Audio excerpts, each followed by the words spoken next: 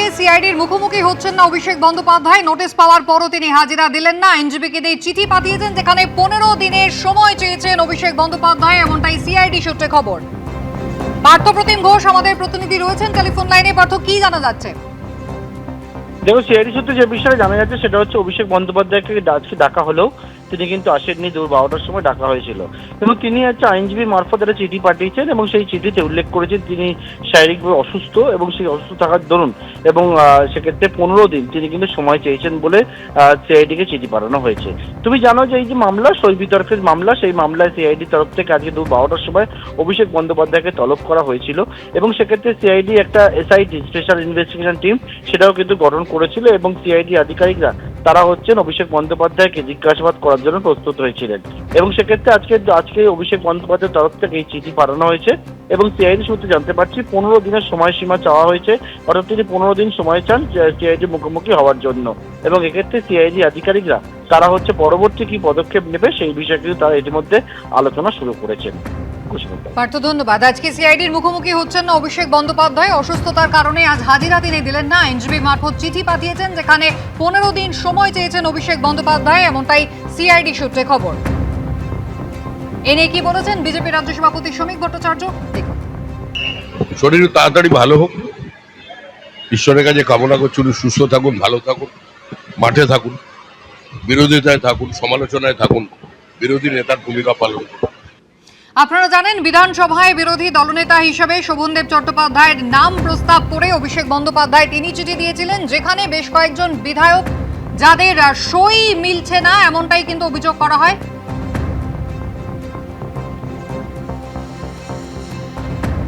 বিধানসভার অফিসাররা তারা এই অভিযোগ করেন এবং হেয়ার স্ট্রিট থানায় তারা অভিযোগ দায়ের করেন জানিয়ে অভিষেক বন্দ্যোপাধ্যায়কে সিআইডি হাজিরার জন্য চিঠি দিয়েছিল। এর আগে আপনারা জানেন হ্যান্ডরাইটিং এক্সপার্ট নিয়ে সিআইডি অফিসাররা তারা পৌঁছে গিয়েছিলেন বেশ কয়েকজন বিধায়কের বাড়িতে এবং অভিষেক বন্দ্যোপাধ্যায় অসুস্থতার কারণ দেখিয়ে আজ তাকে বেলা 12টায় ভবানী ভবনে হাজিরা দিতে বলা হয়েছিল। আজ তিনি উপস্থিত হননি। তার আইনজীবী মারফত চিঠি তিনি পাঠিয়েছেন, 15 দিনের সময় চেয়েছেন বলে সিআইডি সূত্রে খবর।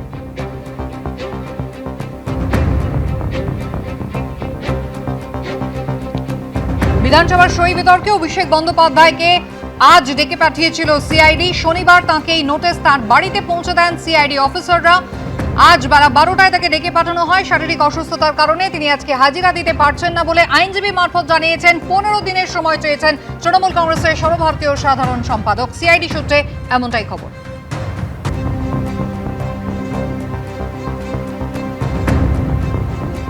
এ নিয়ে দ্বিতীয়বার ইডি দপ্তর অর্থাৎ সিজো কমপ্লেক্সে পৌঁছলেন প্রাক্তন খাদ্যমন্ত্রী রথীন ঘোষ। সকাল 11:30 নাগাদ তিনি পৌঁছন। পুরনিয়োগ দুর্নীতি মামলায় নিয়ে দ্বিতীয়বার হাজিরা দিয়েছেন রথীন ঘোষ। কিছু নথি তাকে আনতে বলা হয়েছিল, তিনি এনেছেন বলে জানিয়েছেন রথীন ঘোষ।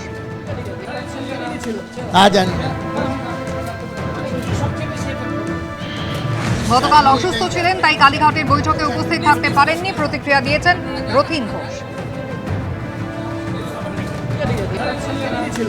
জানি না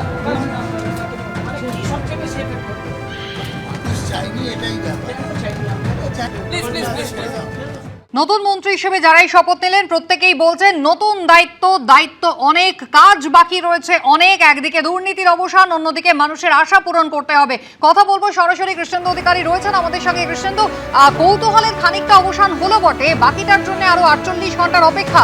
মন্ত্রী হিসেবে যারা দায়িত্ব নিলেন কে কোন দপ্তরের দায়িত্ব পাচ্ছেন জানতে আমাদের বুধবার পর্যন্ত অপেক্ষা করতে হবে।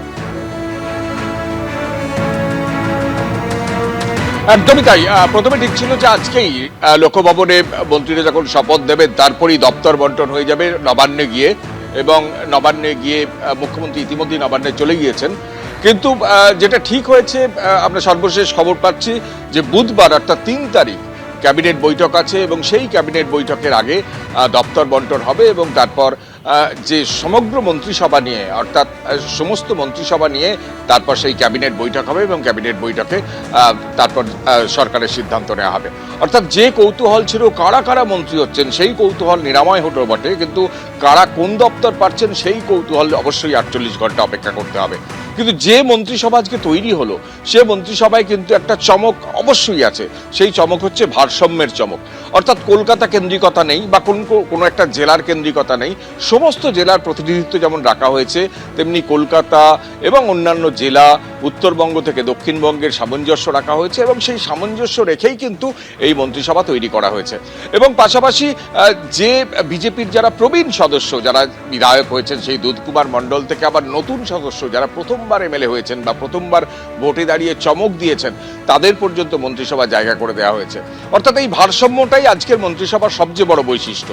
উত্তরবঙ্গ এবার ঢেলে উজাড় করে ভোট দিয়েছে বিজেপিকে, তুমি জানো 2021-এ উত্তরবঙ্গে এমনিতেই ভালো ফল ছিল বিজেপির, কিন্তু তুলনামূলকভাবে এবার তার থেকেও ভালো ফল করেছে বিজেপি, মুখ থুবড়ে পড়েছে তৃণমূল উত্তরবঙ্গে। সেক্ষেত্রে সেই উত্তরবঙ্গের জেলার প্রত্যেকটা জেলার যেমন প্রতিনিধি আছে, বিভিন্ন জাতি উপজাতিভুক্ত প্রার্থীদের যেমন প্রতিনিধি আছে, তেমনি আবার দক্ষিণবঙ্গেরও প্রতিনিধি আছে।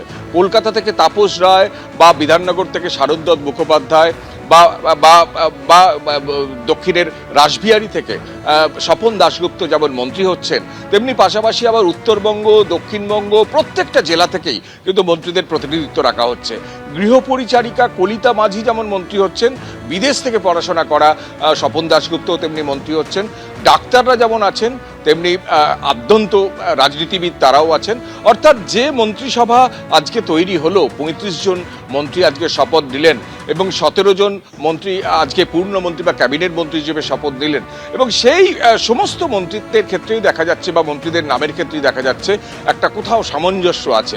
এবং যে বিলম্ব হচ্ছিল মন্ত্রিসভা তৈরি নিয়ে, তা নিয়ে একটা কৌতূহল তৈরি হচ্ছিল, তা নিয়ে একটা ধন্দ বাড়ছিল, এটা স্পষ্ট যে রাজ্যে প্রথম বিজেপি সরকার আসার পর এই ভারসাম্যই হচ্ছে বিজেপির সবচেয়ে বড় বৈশিষ্ট্য, যেখানে বিভিন্ন জাতিভুক্ত মানুষের প্রতিনিধিত্ব আছে, যেখানে মেয়েদের বা মহিলাদের প্রতিনিধিত্ব আছে, এমনি পুরুষের প্রতিনিধিত্ব আছে, যেখানে কলকাতার প্রতিনিধিত্ব আছে, দক্ষিণবঙ্গের আছে, উত্তরবঙ্গের আছে। অর্থাৎ সব জেলারই কার্যত, আমি যদি ক্যাবিনেট মন্ত্রিত্বের যদি তালিকা দেখি, তাহলে দেখা যায় সব মন্ত্রিত্বেরই কিন্তু সব জেলারই একটা প্রতিনিধিত্ব আছে। ফলাকাটার দীপক বর্মন যেমন ক্যাবিনেট মন্ত্রী হয়েছেন, তেমনি মানিকতলার তাপস রায় হয়েছেন। শিলিগুড়ির শঙ্কর ঘোষ যেমন হয়েছেন, তেমনি কুমারগাঁওয়ের মনোজ কুমার ওরাও হয়েছেন। অর্জুন সিং নোয়াপাড়ায় তিনি জিতে মন্ত্রী হয়েছেন, যেমন ক্যাবিনেট মন্ত্রী হয়েছেন এবং গৌরীশঙ্কর ঘোষ মুর্শিদাবাদ থেকে তিনি বিধায়ক হয়ে তিনি মন্ত্রী হয়েছেন। সিউড়ি থেকে জগন্নাথ চট্টোপাধ্যায় যেমন হয়েছেন, রাসবিহারী থেকে তেমনি স্বপন দাশগুপ্ত হয়েছেন। বিধাননগরে সুজিত বসুকে হারিয়ে শারদ মুখোপাধ্যায় যেমন মন্ত্রী হচ্ছেন, তেমনি দক্ষিণকাঁথি থেকে অরূপ কুমার দাস তিনি মন্ত্রী হচ্ছেন, এবং কুলটির অজয় পোদ্দার এবং ময়ূরেশ্বরের দুধকুমার মণ্ডল। বিভিন্ন জেলার প্রতিনিধিত্ব আছে ক্যাবিনেট মন্ত্রিত্বের ক্ষেত্রে। এবং সবচেয়ে যেটা উল্লেখযোগ্য যে এবার একাধিক জেলা, প্রায় 7টি জেলায় কিন্তু তৃণমূলের কোনো বিধায়কই নেই। এবং আমাদের পূর্ব মেদিনীপুর সবচেয়ে বড় উল্লেখযোগ্য, যেখানে প্রত্যেকটা প্রার্থী কিন্তু বিজেপির এবার বিধায়ক হিসেবে জিতেছেন, সেখানে একটা সিটও তৃণমূল জিততে পারেনি। সেই জায়গা থেকে কিন্তু বেশি প্রতিনিধিত্ব নেই। আবার দেখা যাচ্ছে উত্তরবঙ্গ, যেখানে ঢেলে ভোট দিয়েছে, উজাড় করে ভোট দিয়েছে যেখানে বিজেপিকে, সেখানেও কিন্তু বিভিন্ন জেলার কোনো একটা নির্দিষ্ট জেলার একাধিক প্রতিনিধি নেই, বিভিন্ন জেলা থেকে ভাগ করে সেখানে প্রতিনিধিত্ব রাখা হয়েছে। সব মিলিয়ে একটা ভারসাম্যের মন্ত্রিসভা, যে কৌতূহল ছিল এতদিন ধরে, দীর্ঘদিন ধরে, কারণ এটাও নজিরবিহীন ঘটনা যে মুখ্যমন্ত্রী শপথ দিচ্ছেন, আরও 5 জন ক্যাবিনেট মিনিস্টার তিনি শপথ দিচ্ছেন ব্রিগেডে, এবং তারপর দীর্ঘদিন পর আবার নতুন মন্ত্রিসভার সম্প্রসারণ হচ্ছে। আজকে 35 জন শপথ দিলেন। এটা যেমন একটা দীর্ঘকালীন প্রক্রিয়া ছিল, এটাও ঠিক যে তার মধ্যে একটা ভারসাম্য রেখে নতুন মন্ত্রিসভা তৈরি হলো, বিজেপির রাজ্যের প্রথম মন্ত্রিসভা তৈরি হলো।